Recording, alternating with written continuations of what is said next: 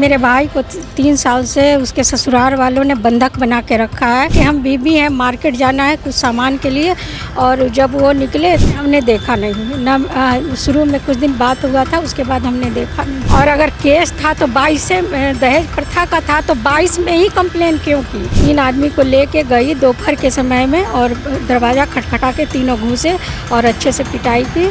और पिटाई करने के बाद शायद उनकी मिसेज, पूरा घर उनका जाना पहचाना था, शादी ब्याह करके आई थी, तो कुछ सामान भी चोरी करके लेके वहाँ से चली गई। उसके खुद के गांव वाले कहते हैं कि कभी निकलते नहीं देखा, कहाँ रखती है, कहाँ क्या करती है पता नहीं। नमस्कार, आप सच टॉक को देख रहे हैं। हमारे साथ एक पीड़िता हैं, ये आशा लेके आई हैं कि इनकी कहानी हम आप तक पहुंचाएंगे। तो बिल्कुल इनकी कहानी हम आप तक पहुंचाएंगे, पर इन्हीं की ज़ुबानी। सबसे पहले आप अपना परिचय दीजिए। मेरा नाम सुनीता देवी है और मैं दुल्हिन बाजार थाने से आती हूँ और मेरा गांव पड़ता है पंसोही में। अच्छा, क्या कहानी है आपकी? मेरे भाई को 3 साल से उसके ससुराल वालों ने बंधक बना के रखा है। हमने 3 साल से 22 दुर्गा पूजा के बाद का दुर्गा पूजा के बाद का महीना या उसी समय का आसपास का है, उस समय से वो बंधक बना के किडनैप करके लेके गई है उसके ससुराल। कौन किडनैप करके लेके गई? उसकी मिसेज बीबी बन के आई। और बीबी बन के आई या बीबी? बीबी थी, मतलब बोली कि हम बीबी हैं, मार्केट जाना है कुछ सामान के लिए।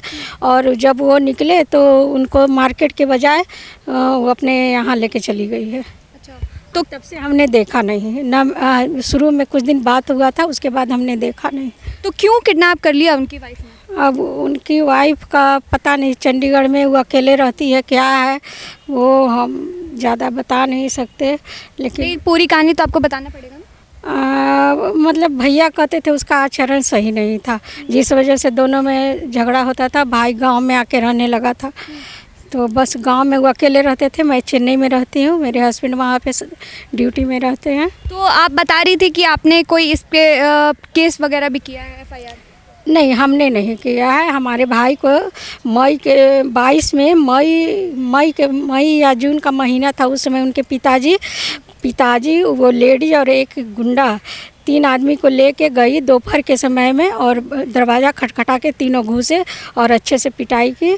और पिटाई करने के बाद शायद उनकी मिसेज, पूरा घर उनका जाना पहचाना था, शादी ब्याह करके आई थी, तो कुछ सामान भी चोरी करके लेके वहाँ से चली गई थी। अच्छा, जैसा भैया बताते थे कि कुछ 50,000 रुपया था और कुछ और भी था, जैसे क्या था वो, कुछ डॉक्यूमेंट वगैरह जैसे खेत उत का होता है, वो सब लेके चली गई थी। और अभी हाल फिलहाल में सुने कि 1.25 बीघा खेत को किस हालात में कैसे बेच रही है पता नहीं। सुना गया, गांव में लोग कहते हैं कि एग्रीमेंट हो गया है। तो आपके भाई ने इसकी शिकायत की थी? मेरे भाई को तो किडनैप करके लेके गई, सो उसको तो कहाँ गायब रखे पता नहीं, हमने कभी नहीं। तो मारपीट के बाद शिकायत की होगी ना? हाँ, मारपीट के बाद थाना में न जाके सिविल कोर्ट में दानापुर में केस की थी। तो वहाँ पे केस में कुछ दिन आदमी जाता रहा। उसके बाद फिर वो जब हम लोग चेन्नई में रहते हैं और वो जो है कोई गया नहीं, जिसके बाद से अभी भी डेट चल रहा है, लेकिन कोई उसको जाता नहीं है। तो आप पे भी शायद आप बता रही थी कि दहेज का केस करा गया है आपके भाई पे?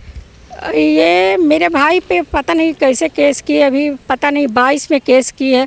और शायद माँ बाप पापा का भी नाम दी है। पापा हमारे 99 में ख़त्म हो गए हैं, माँ 10 में ख़त्म हुई है। और हम तो चेन्नई में रहते हैं, बड़ा भाई बनारस में रेहंद में रहता है, तो कोई और परिवार है नहीं। और अगर केस था तो 22 से दहेज प्रथा का था तो 22 में ही कंप्लेन क्यों की, उससे पहले भी वो कर। तो आपके भाई की उम्र क्या है? भाई का उम्र अभी 60 के लगभग होगा। हाँ, सीनियर सिटीजन है, लेकिन फिर भी उसको इस तरह करके रखे हैं। अभी पता नहीं उनको पैरालिसिस हुआ है, क्या हुआ है पता नहीं। वो हम लोगों को कुछ बताती ना, हॉस्पिटल का नाम बताई है, कुछ नहीं। खाली थाना में पुलिस, विक्रम मनेर थाना में खाली पुलिस बोलता है यहाँ आओ यहाँ आओ। हम लोग पूछते हैं हॉस्पिटल का नाम बताओ, वो बता नहीं पाता। बस यही कहानी, और भी कुछ है?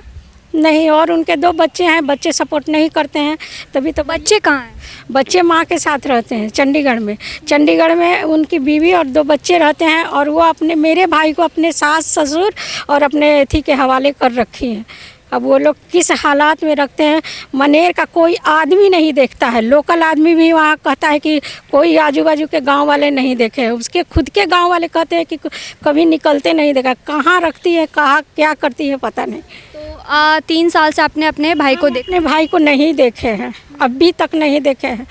और अभी किसी ने बताया, गांव में किसी को फ़ोन करी कि उसका तबीयत सीरियस है, तो अभी हम लोग आए हैं। हम लोग बार बार पूछ रहे हैं हॉस्पिटल का नाम बताओ, तो नाम नहीं बताता है। पुलिस वाले कहते हैं मनेर थाना, मनेर थाना, जबकि हम हॉस्पिटल का नाम चाहिए, लेकिन वो बोलता है मनेर थाना। अच्छा, तो आपकी क्या मांग है सरकार से, प्रशासन से? मेरे भाई मुझे मिले, मैं उसको देखना चाहती हूँ। अगर उनकी तबीयत ख़राब है तो मैं अपने साथ लेके जाऊँगी अपने भाई को। तो आप सुन रहे थे पीड़िता को, जिनका कहना है कि जो भी कहानी इन्होंने बताया है, लेकिन सिर्फ ये एक पक्ष का मामला है, इस पे हमारी कोई व्यक्तिगत राय नहीं है। अब हम दूसरे पक्ष का भी सुनने की कोशिश करेंगे। अगर वो अपना पक्ष रखना चाहते हैं तो वो आके हमें अपना पक्ष बताएं। इस तरह का जो केस है वो आते रहता है। बाकी आप कुछ क्या कहते हैं कमेंट सेक्शन में ज़रूर बताएं।